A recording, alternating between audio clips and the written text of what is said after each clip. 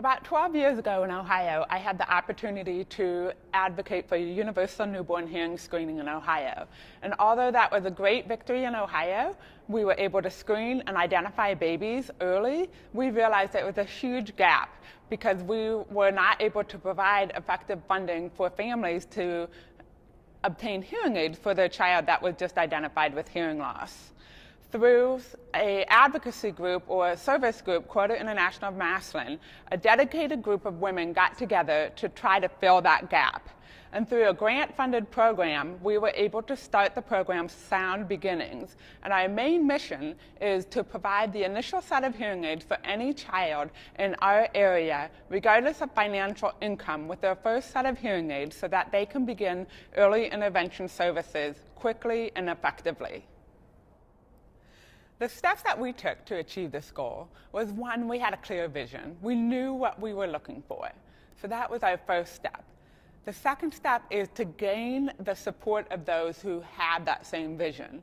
So for our purpose, it was a service organization whose mission was to help those with speech and hearing needs. Once we had identified a foundation, what we did is we looked at their grant guidelines and we follow those grant guidelines specifically. I think that's a really important part, is to follow whatever the grant tells you to do.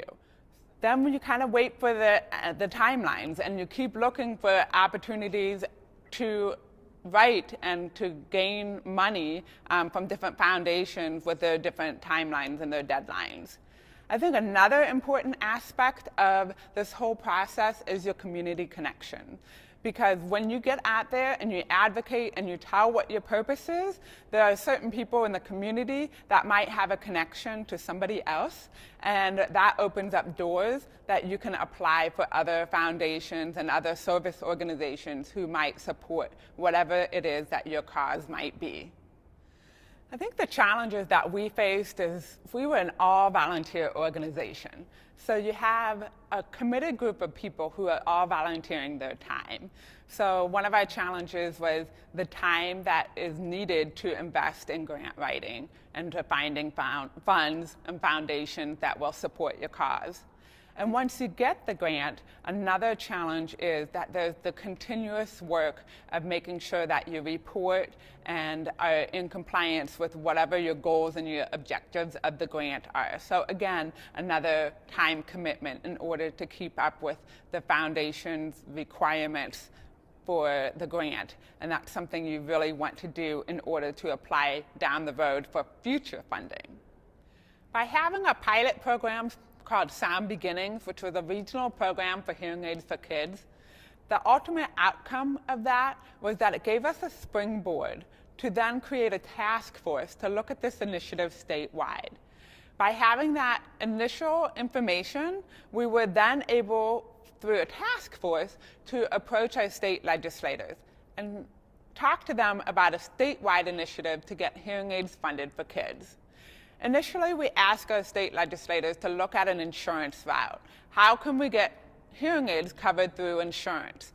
And our legislators were a little skeptical about that route. However, they had an outside-the-box way of thinking. And they said, let's look at our state budget and see if we can somehow figure out a way in order to purchase or provide hearing aids for kids within a select group of children who need them.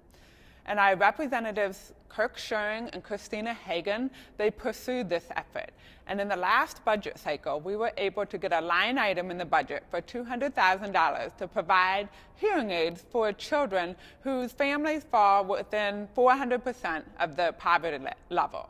They cannot qualify for Medicaid or BCMH. However, if they fall between 200 and 400% of the poverty level, they can apply for funding throughout our state. We predict with this $200,000 that approximately 100 children who previously did not have access to the funds for hearing aids will now have that access. I think it's so critical for ASHA members to advocate on behalf of those who have communication needs. If we don't do it, nobody else is going to. Change does not happen automatically. And it doesn't have to be a huge change, but collectively, whatever we do can make a difference. So whether you write to your legislators, host an open house, advocate at the state level or the national level, whatever you can do, you are the voice for our profession. I would suggest that ASHA members visit the school funding advocacy website that the School Finance Committee has put together. This website offers information on grant writing, advocating for salaries, and many other funding opportunities on this website.